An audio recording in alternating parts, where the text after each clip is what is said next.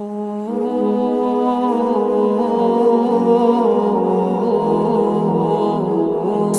अलैकुम वरहमतुल्लाहि वबरकातुहू। एक भाई साहब का सवाल आया है। उन्होंने पूछा है कि एक हिंदू मर गया है और उसको दफनाने के लिए एक मुसलमान भी गया है, तो उस मुसलमान का निकाह टूटेगा या नहीं। यानी वो जो हिंदू को जलाने के लिए, दफनाने के लिए या बहाने के लिए गया है, उस मुसलमान का जाने वाले का निकाह टूटेगा या नहीं, इसकी मुकम्मल तफसील पेश कर दी जाए। तो इंशाअल्लाहुल अज़ीज़ आज हम आपके सामने इसकी मुकम्मल तफसील पेश करेंगे। गुजारिश है कि आप तमामी हजरात इसको ध्यान से सुनकर समझ लें, क्योंकि हमारे कुछ मुसलमान भाई इस तरह की हरकत कर बैठते हैं, फिर उसके बाद उनके ऊपर तरह तरह की बातें की जाती हैं। जवाब इसका यह है, अगर कोई हिंदू मर जाए या गैर मुस्लिम काफिर जो भी मर जाए, उसको जलाने के लिए जाना ये शरीयत में सख्त नाजायज़ व हराम है। यानी ना आप दफन करने के लिए जा सकते हैं, ना आप जलाने के लिए जा सकते हैं, ना आप बहाने के लिए जा सकते हैं। उसमें शिरकत करना ये सख्त नाजायज़ व हराम है। अलबत्ता आप उसकी ताज़ियत और अयादत कर सकते हैं, लेकिन इससे भी बचना बेहतर है।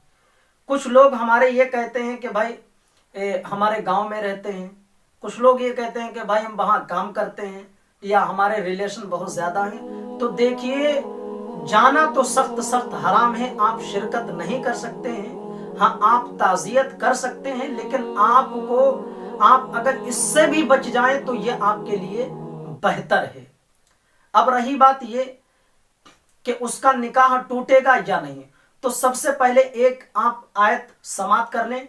अल्लाह ताला का फरमान है, वला तकुम अला कब्रिही इन्नहुम कफरू बिल्लाहि व रसूलिही वमा तुबहुम फासिकून। अल्लाह फरमाता है, उनकी कब्र पर ना खड़े हो, बेशक उन्होंने अल्लाह और उसके रसूल के साथ कुफ्र किया और वो उसी में मर गए, वो फासिक हैं।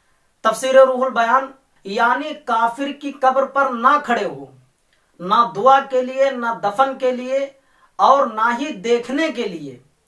लिहाजा काफिर के जनाजे में शिरकत करना यह सख्त नाजायज़ व हराम है। जो शिरकत करेगा तो शिरकत करने वाला ये सख्त गुनहगार होगा। उस पर लाजिम है कि मुसलमानों के भरे मजमे में अलानिया तौर पर तौबा करे और ये अहद करे कि जो गलती मुझसे हो गई है दोबारा इस तरीके की गलती नहीं होगी। अब रही बात यह कि उसका निकाह टूटेगा या नहीं, कि किसी हिंदू को दफन करने के लिए जाना, जलाने के लिए जाना या बहाने के लिए जाना, ये बहुत बड़ा गुनाह है, कुफ्र नहीं।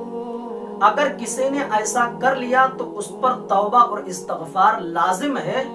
लिहाजा उस पर तजदीद ईमान और तजदीद निकाह ये जरूरी नहीं होगा। उस पर अलानिया तौर पर ये लाजिम होगा कि वो अलानिया तौर पर भरे मजमे में लोगों के सामने तौबा और इस्तगफार करे और ये अहद करे कि आइंदा हम दोबारा इस तरीके की गलती नहीं करेंगे। हाँ, निकाह उस हालत में टूटेगा कि जब वो हिंदू को दफन करने के लिए या जलाने के लिए जा रहा है।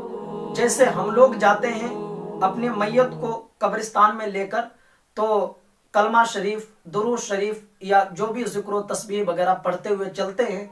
ऐसे ही हिंदू भी कुछ अपने मंत्र वगैरह पढ़ते हैं। अगर जाने वाला मुसलमान उनकी बोली बोला, उनके मंत्र पढ़े, तो इस हालत में ये कुफ्र हो जाएगा। और अब जब कुफ्र हो जाएगा तो उसके ऊपर तजदीद ईमान और तजदीद निकाह दोनों लाजिम है। उसको हुक्म है कि वो भरे मजमे में लोगों के सामने अलानिया तौर पर तौबा करके तजदीद निकाह भी करे और तजदीद ईमान भी करे। तो इसको समझ लें, अगर सिर्फ जलाने के लिए गया या दफन करने के लिए गया और उनकी बोली नहीं बोला, तो इस सूरत में सिर्फ तौबा और इस्तगफार उसके ऊपर लाजिम है। और अगर उसने उनकी बोली बोली तो फिर उसके ऊपर तजदीद ईमान और तजदीद निकाह ये दोनों लाजिम है। उम्मीद है आप तमामी हजरात को ये मसला समझ में आ गया होगा। और अगर इस हवाले से कोई कंफ्यूजन हो تو آپ تمامی حضرات کمنٹ کے ذریعے پوچھ سکتے ہیں، انشاءاللہ اس کا جواب آپ کو دیا جائے گا۔ اب آپ تمامی حضرات سے میں دلی گزارش کرتا ہوں کہ اس کلپ کو اپنے یار دوستوں میں زیادہ سے زیادہ شیئر کریں، اور آپ تمامی حضرات نے ابھی تک اگر چینل کو سبسکرائب نہیں کیا ہے تو پلیز چینل کو سبسکرائب کر لیں، بیل آئیکن کو پریس کر دیں تاکہ ہماری ہر آنے والی نوٹیفیکیشن یعنی اسی طریقے سے جب کوئی ویڈیو ہم اپلوڈ کریں مسائل کے تعلق سے تو اس کا نوٹیفیکیشن سب سے پہلے آپ تمامی حضرات تک پہنچے۔ السلام علیکم ورحمۃ اللہ وبرکاتہ۔